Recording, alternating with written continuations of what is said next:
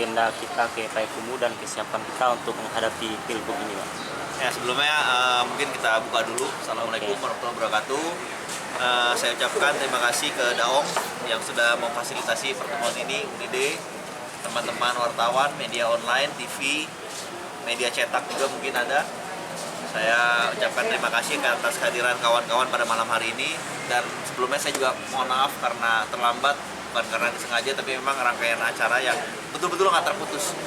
Saya tiba di Payakumbuh tadi malam jam 2 pagi, bukan malam ya, pagi dini hari jam 2 dari Pasaman Barat. Istirahat sebentar terus acara sampai malam hari ini ketemu dengan kawan-kawan semua.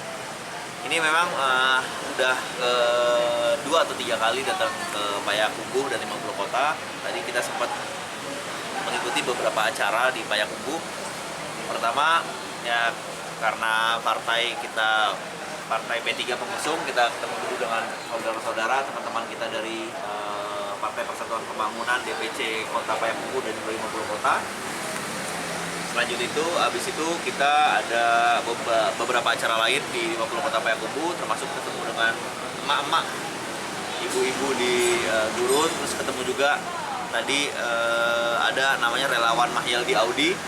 Kebetulan background mereka bermacam-macam, dari pelaku UMKM, petani kopi, petani pinang tadi, pinang, terus ada juga petani labu, membuat mie dari labu. Kita diskusi di situ. Setelah itu saya sempat ke Tanah Datar sebentar untuk ketemu beberapa penggiat Porbi, Satuan Olahraga Berburu Babi.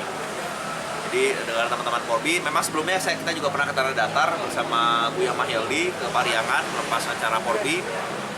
Pas itu karena background saya memang di dunia pertanian dan peternakan, di dunia usaha, kita ketemu dengan saudara-saudara kita peternak ayam petelur, khususnya yang terdapat di wilayah 50 kota Payakumbuh. Kita membicarakan banyak hal tentang bagaimana kalau dibilang mandiri atau swasembada telur, sebenarnya Sumatera Barat udah swasembada telur, tapi tentunya masih ada permasalahan lain seperti ketersediaan DOC, whole chicken atau anak ayam.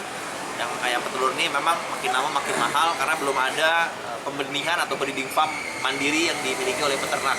Nah, itu salah satu gagasan dan juga masuk ke dalam program. Insya Allah kita juga ingin punya breeding farm khusus ayam petelur, khususnya di wilayah 50 kota, untuk bantu mensupport industri ayam petelur di Payakumbuh 50 kota. Di luar itu juga ada peternak ayam broiler. Mereka minta juga diproteksi dalam hal pembagian proporsi antara perusahaan integrator ayam broiler dengan peternak mandiri yang jumlahnya semakin hari semakin menyusut. Sampai malam hari ini, kalau saya nggak ada ketinggalan tadi yang saya sebutin ya acara-acaranya, sampai malam hari ini kita bertemu di tempatnya Udaong, difasilitasi oleh beliau dengan teman-teman wartawan. Setelah ini kita akan silaturahmi dengan Wali Kota Payakumbuh, Pak Riza Falepi. Jadi memang kesini turun sebelum penetapan oleh KPU tanggal 23 insya Allah, dan penarikan nomor urut paslon di tanggal 24. Kita sudah melewati berbagai rangkaian, mulai dari pendaftaran. Alhamdulillah Mahyaldi Audi adalah paslon pendaftar pertama tanggal 4 September sehabis sholat Jumat. Memang saat itu berkas kami mungkin sudah komplit ya, dan memang sudah komplit alhamdulillah. Dilanjutkan tes kesehatan, kita juga lolos tes kesehatan. Nah, itu tahap selanjutnya. Itu ya, kalau secara pasangan udah tahu Pak Mahyaldi dengan Wali Kota Padang dengan saya sendiri, kombinasi pasangan yang paling komplit lah ya, antara birokrat bersanding dengan pengusaha, dan juga pasangan kalau secara umur paling muda. Pak Mahyaldi calon gubernur paling muda, saya pribadi calon wakil gubernur paling muda. Jadi bisa dibilang pasangan milenial, karena kalau digabung rata-rata umurnya masih belia gitu, remaja. Mungkin itu ya, kalau visi misi memang karena backgroundnya Pak Mahyaldi sebagai sarjana pertanian, beliau kan ketua alumni Fakultas Pertanian UNAN, saya sebagai sarjana peternakan, dan saya ketua alumni Fakultas Peternakan IPB, Institut Pertanian Bogor. Memang banyak misi dan visi kita akan bergerak di bidang pertanian dalam arti luas. Pertanian, peternakan, perikanan, perkebunan akan fokus kepada dari hulu ke hilir, khususnya di hilirisasi pertanian. Kita ingin mengangkat value dari produk-produk pertanian Sumatera Barat yang kita tahu berbagai macam produk pertaniannya, mulai dari hortikultur, tanaman pangan, palawija, dan perkebunan. Kita juga ingin Sumatera Barat sebagai salah satu lumbung jagung nasional, sebagai salah satu lumbung beras nasional, Nah, jagung ini juga akan terkait dengan industri peternakan yang ada di 50 kota. Karena kalau dihitung ada populasi 10 juta ayam petelur di 50 kota, Payakumbuh dan Sumatera Barat, paling nggak dalam satu hari itu kita butuh 500 ton jagung saja. Karena kalau kita lihat makanan ayam tuh setengahnya itu adalah jagung dan campur redak padi dan konsentrat. Nah, kita juga ingin Sumatera Barat mandiri benih jagung dan padi. Itu salah satu dari program pertanian kita. Tentu bisa aja banyak lainnya. Ada di pendidikan, kesehatan, nggak melupakan juga UMKM, industri kecil, industri rumah tangga, dan sekarang zamannya ekonomi digital. Nah gitu juga tentunya di dunia pariwisata kita ingin mengangkat marwah pariwisata Sumatera Barat yang secara PDRB sebenarnya menyumbangkan baru sedikit dari pendapatan di Sumatera Barat, dan positioning pariwisata Sumatera Barat sebenarnya juga belum masuk. Kita bilang masih mungkin 20 besar di Indonesia, 15-20 besar di Indonesia. Ini potensi harus kita gali, dan juga ekonomi kreatif di situ. Tentunya tadi saya singgung pendidikan kesehatan, pendidikan dalam artian pendidikan dasar sampai pendidikan tinggi kita perhatikan, yang berbasis umum maupun berbasis agama. Kita juga punya program membuat 4 sekolah vokasi, vocational school, sekolah berbasis keterampilan di kabupaten-kabupaten tertentu yang memang butuh untuk itu. Misalnya sekolah vokasi di bidang pertanian, sekolah vokasi di bidang teknik, dan sebagainya. Untuk milenial, kita punya program unggulan menciptakan 100.000 milenial Minang entrepreneur. Saya nggak akan bahas detail bagi sini caranya bagaimana, tapi ini program unggulan. Silakan kalau teman-teman ingin meliput secara detail, nanti kita bisa diskusi secara detail. Terus kita juga jangan lupakan peranan wanita. Makanya juga ada kita bilang Women Minang Entrepreneur, gimana ibu-ibu ini bisa berdaya biar seperti ini dia selalu semangat, kan? Nah, semuanya tentunya berlandaskan filsafat hidup orang Minang, ABS SPK. Sebenarnya itu divisi dan misi tercantum dengan jelas, karena kan misi ini kan global. Tapi nanti ada program unggulan dan program. Jadi kita bisa bilang orisinalitas dari program-program yang ditawarkan Mas Yaldi Audi yang mungkin berbeda dibanding yang biasanya. Nah, insya Allah ini untuk tujuannya semata-mata untuk membangkitkan ekonomi Sumatera Barat. Tentunya nggak bisa kami sendirian, didukung berbagai stakeholders, baik pemerintah, pengusaha, organisasi non pemerintah atau LSM kita bisa dengar, tentu juga dunia akademik.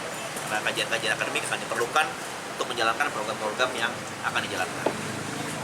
Nah, Kira-kira Bang yang paling menarik bagi Bang Joni Aldi ini untuk maju di Pilgub Sumbar ini, apa yang paling menarik bagi Bapak? Oh, kalau menarik, jadi sebenarnya memang saya orang yang bukan berbackground sebagai birokrat ya ataupun politisi murni. Mungkin satu-satunya calon yang memang berasal dari murni swasta, sebenarnya dari paslon yang sudah mendaftar ke KPU, ada 4 pasang 8 orang. Jadi ketika saya berkeliling Sumatera Barat, mungkin bisa dicatat juga Audi ini kampanye atau sosialisasi baru 2 bulan. Kalau yang lain mungkin sudah lebih dikenal di muka publik. Tapi dalam 2 bulan itu alhamdulillah hampir 350 nagari saya datangi, seluruh Sumatera Barat. Nah, saya belum sempat ke Mentawai, tapi insya Allah sudah waktu dekat, termasuk di daerah 50 kota Payakumbuh. Yang menarik adalah ketika saya melihat keliling, ternyata memang banyak potensi ekonomi yang bisa digerakkan. Dari situ sebenarnya saya dapat ide banyak, apa yang akan kita masukkan ke dalam program-program yang nanti akhirnya masuk ke RPJM. Dan bisa dieksekusi betulan jadi program. Jadi sekali lagi banyak sekali hal yang menarik di Sumatera Barat. Dari sisi pertanian, ya, ketemu dengan nelayan perikanan, perkebunan, pariwisata, UMKM. Sekarang saya juga sempat mengadakan sebuah kompetisi kecil, nanti bisa dilihat di Instagram saya @joinaldi, Entrepreneur Success Challenge. Itu ternyata banyak sekali proposal-proposal bisnis dari anak-anak muda Minang yang sangat menarik. Tapi bukan dalam artian kita kasih modal mereka, enggak. Ada beberapa udah jalan, ada yang belum jalan, tapi kita kasih coaching pelatihan. Saya waktu itu kerjasama dengan Sekolah Bisnis IPB dan Kementerian Pariwisata Ekonomi Kreatif. Ini hanya untuk pembuktian saya bahwa saya benar banyak milenial Minang ini yang punya banyak ide dan gagasan tapi belum bisa digali. Kadang-kadang mereka, ini bukan masalah uang tapi masalah network. Dengan diikutkan di program tersebut mereka merasa terbuka. Gimana sih cara buat proposal bisnis yang bagus? Gimana sih memasarkan produk yang bagus? Di era digital ini apa sih harus terbuat untuk bisnis mereka seperti itu? Saya mungkin orang yang cukup punya passion di dunia pendidikan. Saya berkuliah, alhamdulillah udah 5 kali kalau dihitung. Jadi alma mater saya banyak, dari pernah di IPB, pernah di Unhas Makassar, pernah juga di Belanda, di Wageningen. Wageningen itu universitas pertanian terbaik di dunia. Dan saya pernah jadi presiden PPI di situ, Persatuan Pelajar Indonesia. Pernah juga di UGM Jogja, sekarang di IPB lagi menyelesaikan doktoral saya. Jadi kalau kita bicara milenial, ini adalah nanti akan jadi penggerak ekonomi, pendidikan, kesehatan, segala hal di Indonesia, termasuk di Sumatera Barat. Karena kita punya bonus demografi, jadi piramida penduduk kita tuh gemuk di tengah. Nah, artinya apa? Kita sebagai milenial harus selalu melek dengan perubahan zaman yang terjadi, tapi jangan terbawa arus yang negatif. Terus banyak milenial ingin terjun ke dunia bisnis, tapi orientasi selalu, saya nggak punya modal, saya nggak punya uang. Itu harus di reverse, harus dibalik. Karena untuk memulai bisnis itu bukan melulu masalah uang, tapi masalah network. Saya sebenarnya berasal dari keluarga yang marginal di awal. Ayah saya hanya lulusan SMA. Nah, gitu waktu saya SD aja, ayah tuh masih ngutang supaya saya bisa sekolah SD. Tapi kan dengan usaha, kerja keras, peluang-peluang itu mesti kita tangkap. Ingat, peluang di hidup tuh bukan datang sekali. Peluang dalam hal apapun, mencari kerja, menjadi pebisnis, mendapatkan nilai bagus, mendapatkan jodoh, itu nggak datang hanya sekali dalam hidup. Datang berkali-kali, tapi kita harus awas dengan peluang itu. Jadi saya nggak setuju bilang peluang itu datang sekali. Enggak, sebenarnya datang berkali-kali di hidup kita. Nah, ini pesan-pesan untuk adik-adik milenial. Ya, tetap semangat, buka pola pikir lebih luas, jangan thinking out of the box, tapi thinking without the box. Dan coba selalu berpikir positif di diri kita. Di situ ada misi yang menyatakan, tadi saya lupa bilang ya, pembangunan infrastruktur yang berkelanjutan. Jadi begini, kebetulan dari kami, kami ada beberapa jadi dia juga menjadikan program-program pembangunan Sumatera Barat. Kalau kami lihat contoh percepatan pembangunan kita itu ada 5. Pertanian amat luas, pendidikan, kesehatan, pariwisata, dan terakhir infrastruktur. Infrastruktur tentunya bermacam-macam kan. Ada infrastruktur yang memang tanggung jawab provinsi, ada infrastruktur tanggung jawab nasional, ada infrastruktur tanggung jawab kabupaten kota. Biasanya daerah-daerah yang belum terjangkau, jalan-jalan taman itu tanggung jawab kabupaten kota. Ini supaya kita nggak salah tafsir. Tapi infrastruktur seperti bandara, pelabuhan itu tanggung jawab pusat. Jalan-jalan nasional tanggung jawab pusat. Jalan-jalan provinsi tanggung jawab provinsi. Nah, ini semua harus disinergiskan. Artinya begini, kalau gubernur adalah levelnya provinsi. Nah, berarti kami harus juga memperjuangkan ke pusat. Apa ya, bisa perluasan pelabuhan Teluk Bayur atau penambahan bandara di Sumatera Barat yang diimpikan oleh orang zaman dulu, itu sebenarnya dari dulu sebenarnya bisa dilakukan. Nah, udah gitu membantu kabupaten dengan membawa proyek-proyek, baik itu bantuan dana pinjaman dalam atau luar negeri ataupun proyek yang sudah ada dari PUPR untuk membantu pembangunan kabupaten. Pasti kalau kita hanya bergantung dari APBD murni, menurut saya kan sulit untuk menimbulkan banyak pembangunan fisik ya, kalau kita bicara fisik nih. Tapi kan sebenarnya di luar sana, maksudnya di pusat, kan banyak sebenarnya proyek-proyek yang bisa kita perjuangkan atau program yang kita propose ke pemerintah pusat agar dilakukan. Contoh, penembusan jalan dari Darmasraya ke Solok Selatan yang sempat tertunda.